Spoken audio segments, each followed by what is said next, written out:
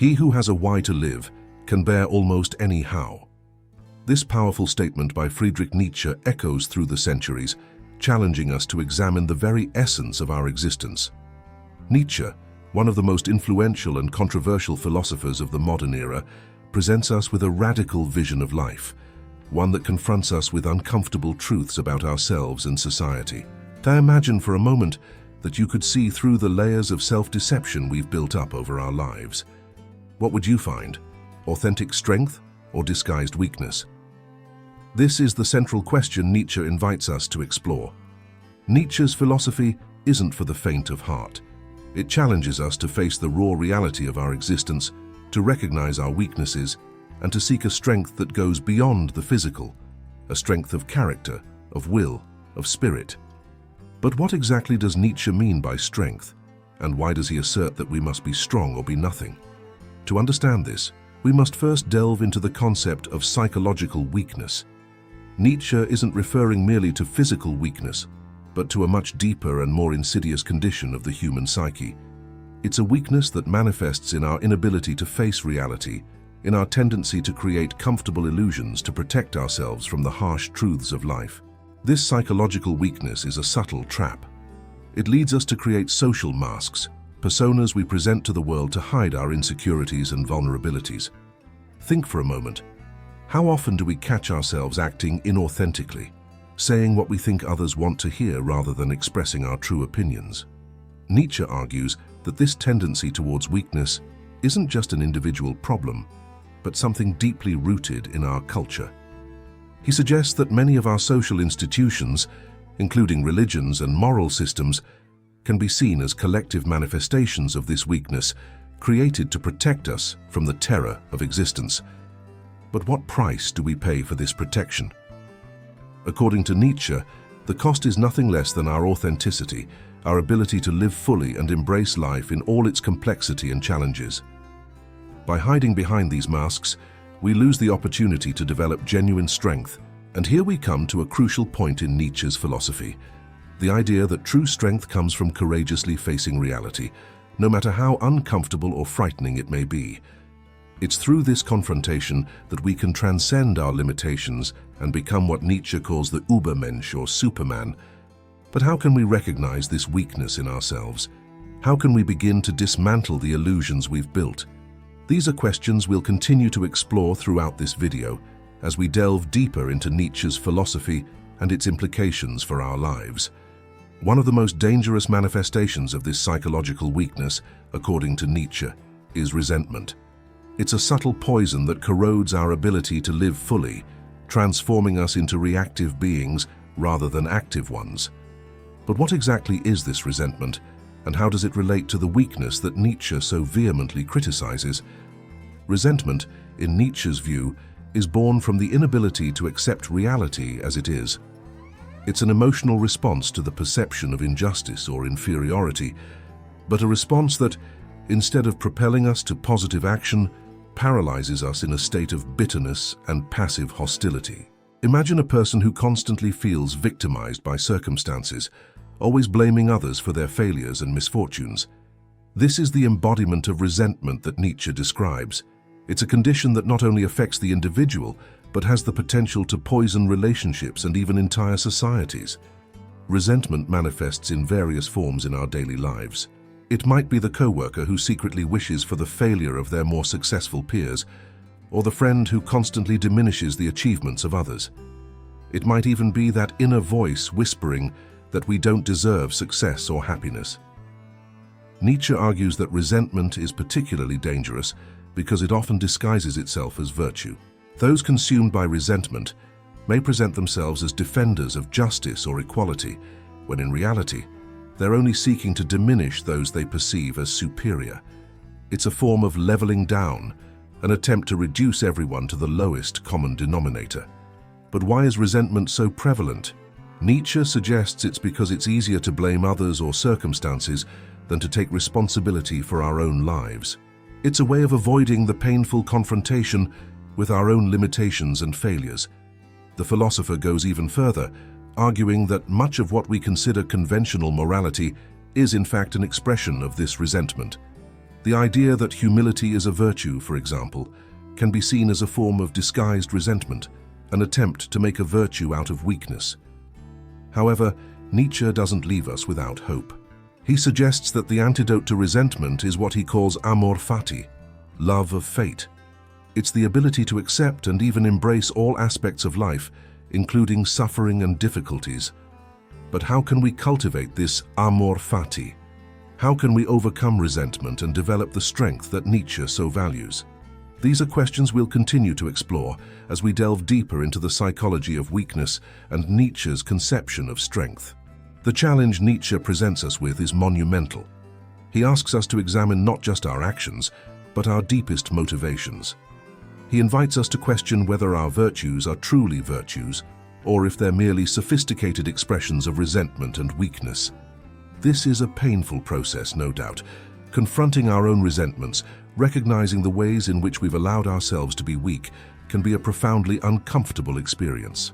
But Nietzsche would argue that it's only through this discomfort that we can grow and become truly strong. As we delve deeper into the psychology of weakness as Nietzsche conceives it, we encounter a complex web of defense mechanisms and self-deception. It's crucial to understand that for Nietzsche, weakness isn't simply a lack of strength, but an active mode of being in the world, a choice, albeit often an unconscious one. Consider for a moment how we react when confronted with our own limitations. How often do we find ourselves creating elaborate justifications for our failures rather than facing them head-on? This is a classic example of what Nietzsche would call the psychology of weakness in action. The defense mechanisms we employ are varied and sophisticated. We might engage in projection, attributing our own faults to others. Or we might resort to rationalization, creating plausible but false explanations for our actions. Perhaps most insidious of all is denial, the refusal to acknowledge unpleasant aspects of reality. Nietzsche argues that these defense mechanisms, while they may provide temporary relief, ultimately weaken us. They prevent us from confronting the reality of our situation and therefore from growing and becoming stronger. Fear lies at the heart of this psychology of weakness. Fear of facing our own limitations, fear of taking responsibility for our lives, fear of the uncertainty and chaos inherent in existence. It's this fear that leads us to seek comfort in illusions, in belief systems that promise us security and certainty. But what if, as Nietzsche suggests, this fear is precisely what we need to face in order to become truly strong? What if true strength lies not in the absence of fear, but in the ability to act despite it? This fear often manifests in a cycle of manipulation and victimization. Those who feel weak may resort to manipulation as a way of exerting control over their environment. They may present themselves as victims, using the sympathy of others as a form of power. This is an example of what Nietzsche would call slave morality, a morality born of weakness and resentment. But Nietzsche challenges us to go beyond this cycle. He invites us to embrace a master morality, a morality based on life affirmation, acceptance of responsibility, and the constant pursuit of self-overcoming. The psychology of weakness that Nietzsche describes isn't just an individual phenomenon, but something he sees permeating all of society. He argues that many of our social institutions, our moral systems, and even our religions can be seen as collective expressions of this weakness. Consider, for example, the idea of an afterlife. Nietzsche would argue that this is a form of psychological weakness, a refusal to accept the finitude of existence.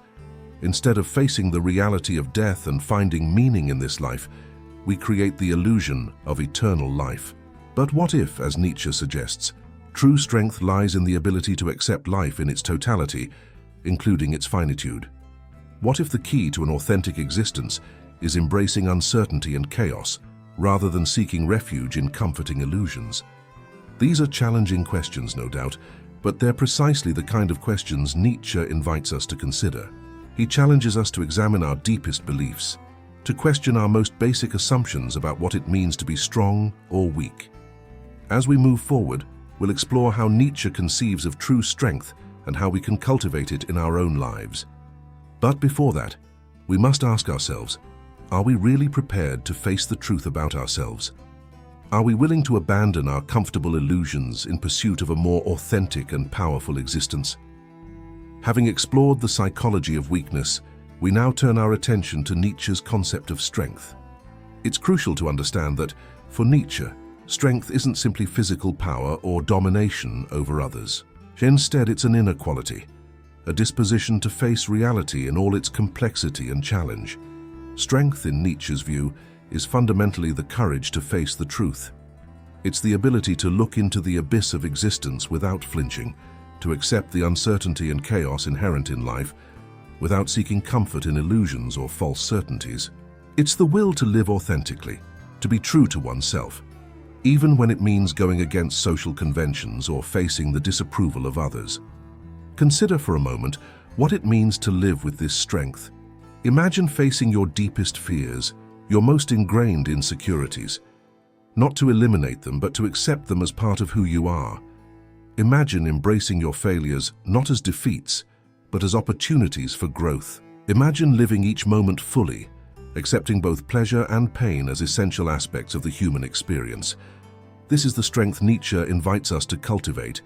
It's a strength that doesn't deny the reality of suffering or adversity, but sees them as challenges to be overcome, as opportunities for growth and self-overcoming. But how can we develop this strength? Nietzsche suggests it's through a continuous process of self-overcoming. He challenges us to constantly strive to go beyond our current limitations, to push ourselves beyond our comfort zone.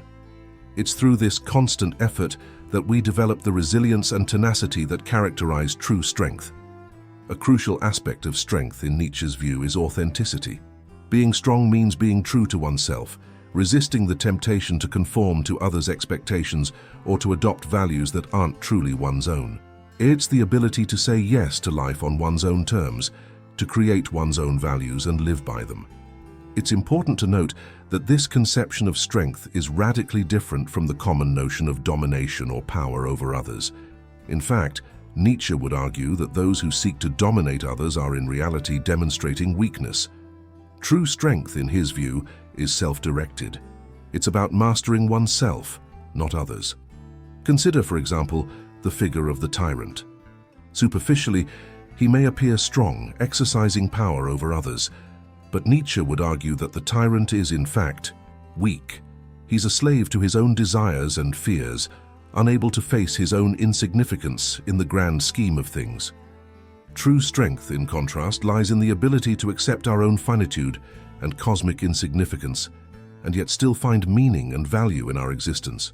But how can we apply this conception of strength in our everyday lives? How can we cultivate this inner strength in a world that often seems to reward conformity and self-deception? Nietzsche suggests that the first step is honest self-knowledge. We must strive to see ourselves clearly, without the distortions of ego or the comforting illusions we create to protect ourselves. This requires courage, no doubt. But it's only through this honest self-examination that we can begin to develop the authentic strength that Nietzsche values.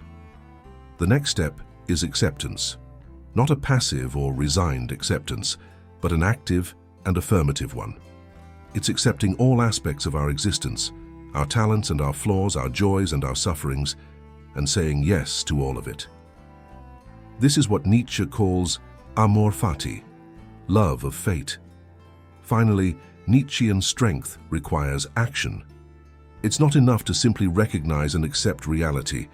We must act in the world, create, transform, overcome.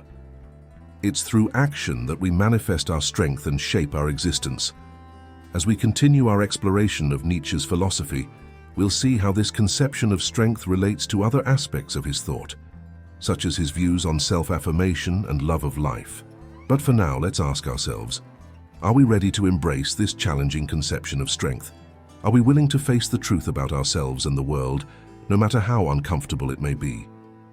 Strength, as conceived by Nietzsche, isn't an end in itself, but a means to a greater end: self-affirmation and love of life. These concepts are fundamental to understanding Nietzsche's vision of an authentic and powerful existence. Self-affirmation, in Nietzsche's philosophy, isn't simply about assertiveness or confidence. It's a profound act of acceptance and celebration of who we are, including our flaws and contradictions. It's the ability to say yes to ourselves, to affirm our existence in the face of all the difficulties and challenges that life presents.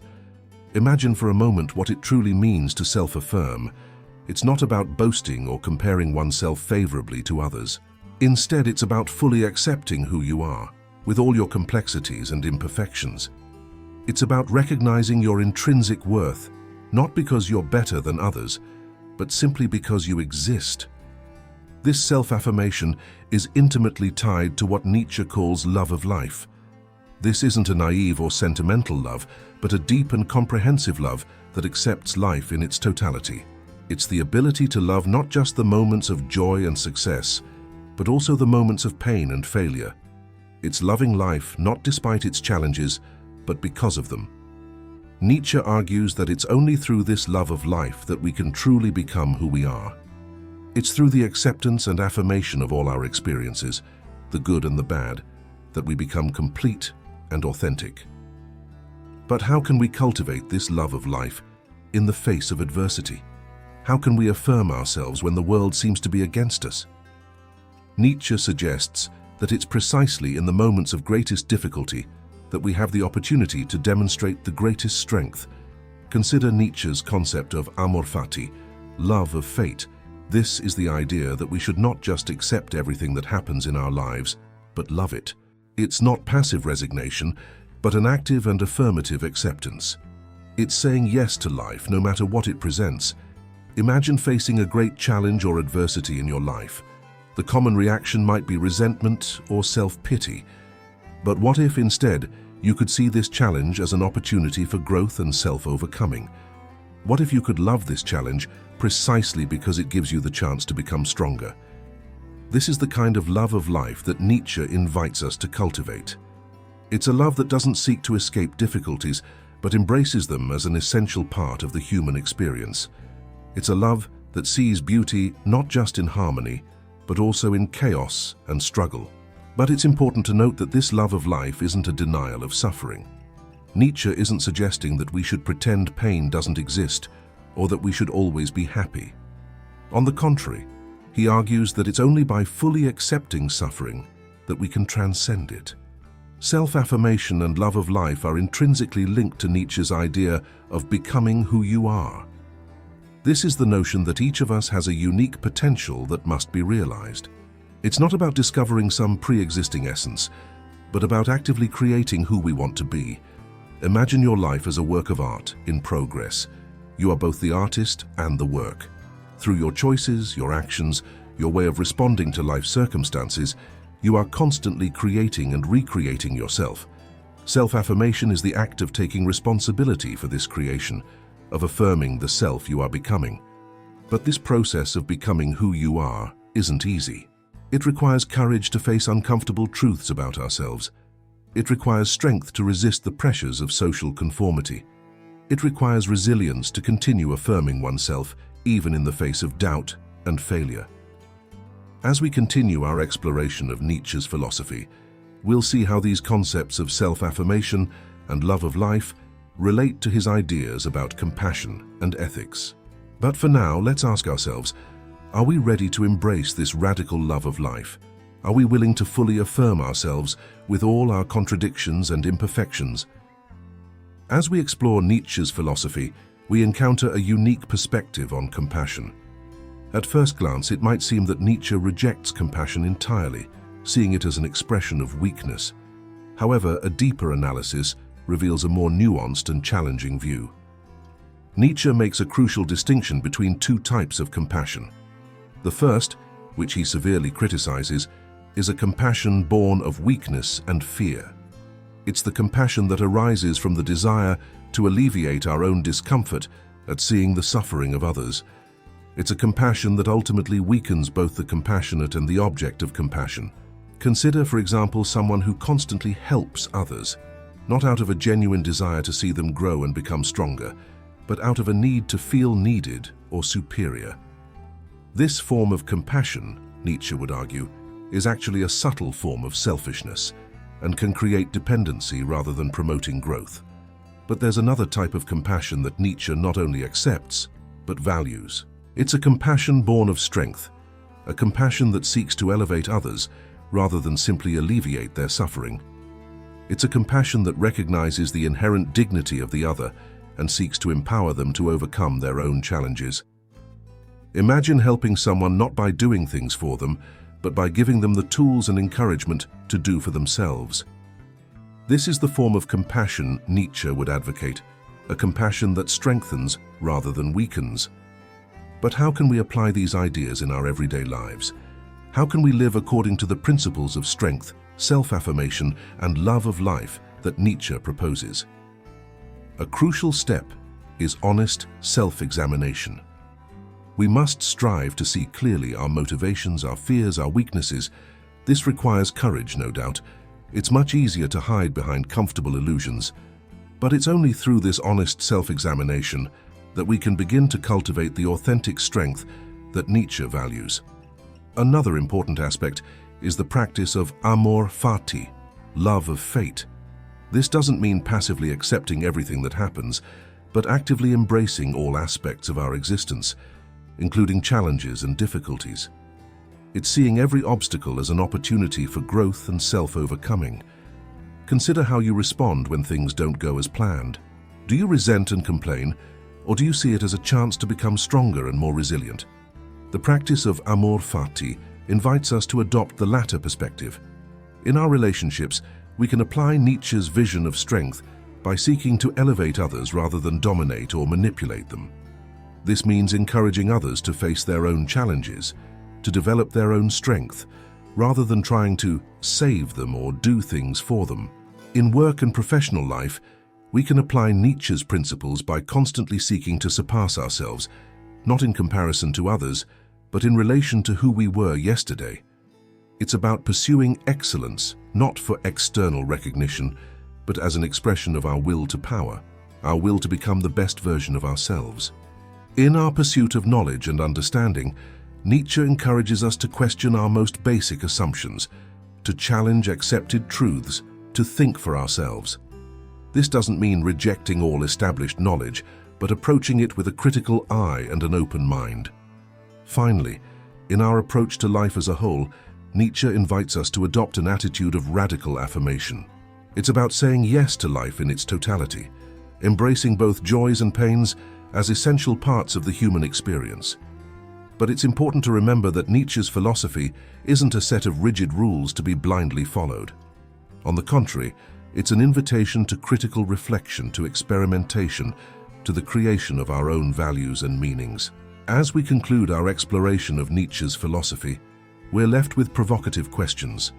Are we living our lives with the strength and authenticity that Nietzsche challenges us to cultivate? Are we fully embracing life with all its complexities and contradictions? Are we striving to become who we truly are? Perhaps, just perhaps, as we contemplate these questions and strive to live according to the principles of strength, self-affirmation, and love of life that Nietzsche proposes, we might discover a richer and more meaningful form of existence, an existence that doesn't flee from life's difficulties, but embraces them as opportunities for growth and self-overcoming. Nietzsche's philosophy doesn't offer easy answers or superficial comfort. Instead, it challenges us to face the reality of our existence with courage and honesty. It invites us to become the artists of our own lives, creating meaning and value in a universe that may seem indifferent to our fate. In the end, the choice is ours. We can opt for weakness, seeking refuge in comfortable illusions and avoiding life's challenges. Or we can choose strength, embracing life in all its complexity, striving to become the best version of ourselves and affirming our existence in the face of all adversities. Nietzsche's message resonates through the centuries, challenging us to be strong or be nothing. It's a call to action, an invitation to live our lives with authenticity and courage. It's a reminder that ultimately, we are the authors of our own stories, the creators of our own meaning.